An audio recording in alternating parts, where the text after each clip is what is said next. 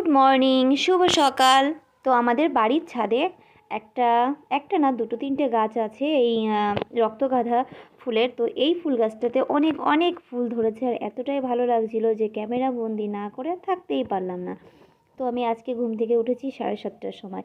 আর এই দেখো এখানে কালকে রাতেই ধুয়ে রেখেছিলাম। তো তোমাদের এর আগে বলেছি আমি সন্ধ্যাবেলাতেই জামা কাপড় ধুয়ে রাখি, কারণ আমার বাড়ি একটু জলের সমস্যা হয়। তো রাত্রে খুব জল আসে, মানে সন্ধ্যাবেলাটায় খুবই জলের স্পিড থাকে, তো আমি তখনই জামা কাপড় ধুয়ে নিই। তো এখন কি করব, বাচ্চা কোলে নেওয়ার মতো জামা কাপড় নিয়ে ছাদে চললাম। জামা কাপড়গুলো মেলতে হবে তো, তাই না? তো এক হাতে ফোন আর এক হাতে আমার গামলা রয়েছে, হাঁটতে তো খুবই অসুবিধা হচ্ছিল। তো দেখো ছাদে পৌঁছে গেছি। আর ওখানে দেখো ছাদে উঠেই তখনও কতটা কুয়াশা। আর এত দেরি হয় কারণ সকালে না উঠতে পারি না, রাতে একটু ঘুমের সমস্যা হয় আমার। তো যাই হোক ঘুম ঠুম কাটিয়ে তো উঠে পড়েছি, এখন জামা কাপড় নিয়ে ছাদেও চলে এসেছি।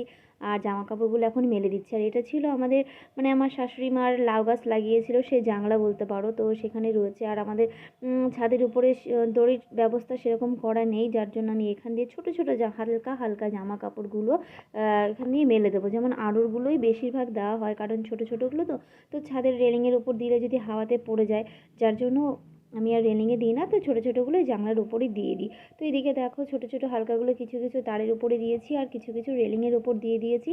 আর মোটামুটি আমার সব জামা কাপড় মেলা হয়ে গেছে। তো এখন চলে এলো জল রোদে দেওয়ার পালা। তো আমি জল রোদে দিয়ে দিচ্ছি, কারণ এখানে দাদা স্নান করবে, অশ্মি স্নান করবে, আরও স্নান করবে। তারপর নিচে চলে এসেছি। তো নিচেও তো কাজ থাকে, শুধু ওপরে তো রোদে থাকলে তো আর হবে না। তো নিচে চলে এসেছি। আর ঘুম থেকে উঠে তো ঘরটা ঝাঁট দিয়ে রেখেই গেছিলাম। তো ভাবলাম ঘরটা কেউ যখন এখনও ঘুম থেকে ওঠেনি, আর শুধু অশ্মি উঠেছিল, অশ্মি তো 6:30টার সময় পড়তে চলে গেছে। তো ভাবলাম যে আরও ওঠেনি, কারণ আরও তো দৌড়াদৌড়ি করে জলের মধ্যে, তো এই ফাঁকে আমি ঘরটা তাড়াতাড়ি মুছে নিই। তো ঘরটা আমি মুছে নিচ্ছি। আর তারপরে ঘর মোছা হয়ে গেলে এবার আমি নিজে একটু ব্রাশ করে ফ্রেশ হয়ে নেবো, কারণ চা খেতে হবে। চা না খেলে তো আমার মাথাটা হালকাও হবে না আর কোনো কাজও করতে পারবো না। তো রীতিমতো ফ্রেশ হয়ে রান্নাঘরে ঢুকে পড়েছি। রান্নাঘরে ঢুকেই প্রথম কাজ, চায়ের জন্য জল বসিয়ে দিয়েছি উনানে। তো এদিকে আমাদের চায়ের জলটা ফুটছে, আর এদিকে কি করব, শুধু শুধু দাঁড়িয়ে না থেকে ভাত বসিয়ে দিয়েছিলাম।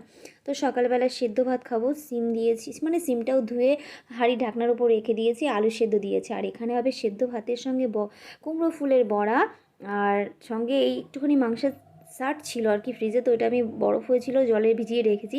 আর বাঁধাকপি কেটে রেখেছি। আর তোমাদের দাদার মাংস আনার কথা আছে, জানি না কি করবে। তো রীতিমতো এদিকে আমার রান্নাটা হয়ে গেছে। আজকে করেছিলাম অনেক অনেক কিছু। আজকে করেছিলাম ডালের বড়ি দিয়ে মটর শাক।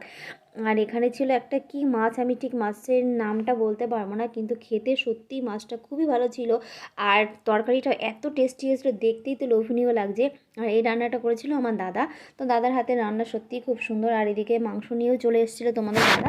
তো তখন আর ভিডিওটা করতে পারিনি, তো একবারে রান্না করেই ভিডিওটা করছি। আর এদিকে করেছিলাম বাঁধাকপি ভাজা টমেটো দিয়ে টকটক করে, আর টমেটো দিয়ে একটি চাটনি। আর ভাবলাম সবই যখন মোটামুটি হলো, তাহলে পাঁপড়টা কেন হবে না। তো ঘরে ছিল পাঁপড়, সঙ্গে সঙ্গে একটু পাঁপড়ও ভেজে নিলাম। তো আমার এখন রান্না বান্না হয়ে গেছে।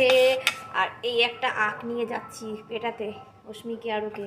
আর এখানে দেখো একটু আছে নুন আর লঙ্কা, কারণ ওপরে ওরা পেয়ারা মাখা করছে, আমাকে না জানিয়েই তো বললো লঙ্কা আর নুন নিয়ে আসো। আর দেখেছিলাম পেয়ারা নিয়ে যেতে, তো ভাবছি পেয়ারা মাখাই করছে। তো চলো।